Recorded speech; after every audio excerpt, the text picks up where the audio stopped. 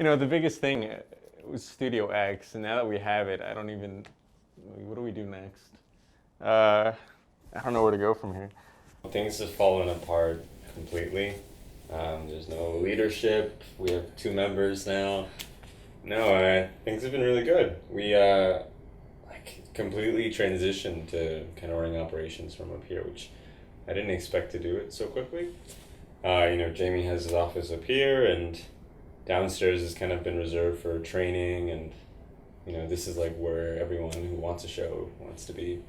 Studio X is going to be it's going to be really interesting because we're kind of used to sort of lurking in the cave and having our privacy, and now we're a little bit more on display. It's like a fishbowl in here a bit, so maybe we're going to have to comb our hair a little bit more often, or not dress as grubby, but I think it's going to be pretty cool and presents a lot of interesting opportunities for engagement. Like, I can just picture people writing their request down and pressing it up against the glass, and that kind of interaction with the crowd. A year after being here, I think the studio's really lived up to the hype. It's a gorgeous space.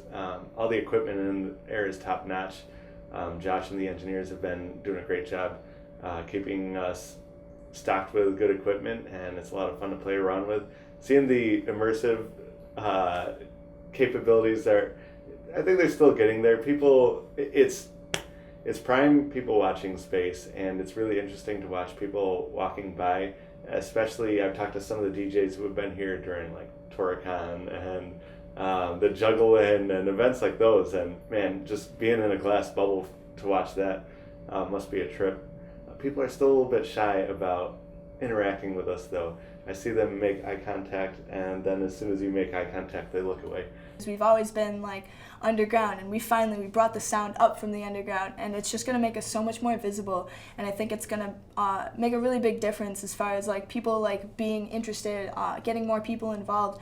I think it's going to like boost our numbers a lot, and even like listeners, like they might not know, but as soon as you drop, you're like, hey, you're listening live from our brand new studio, and like you can walk by and you can like check us out and see us. Like, it just, the visibility of it is going to increase so much. It definitely lived up to all the hype that it had. It was this giant project that we overtook over the course of 3, 4, 5, 10 years. It's just been such a work in progress that to finally see it come to fruition has just been really cool to be a part of that.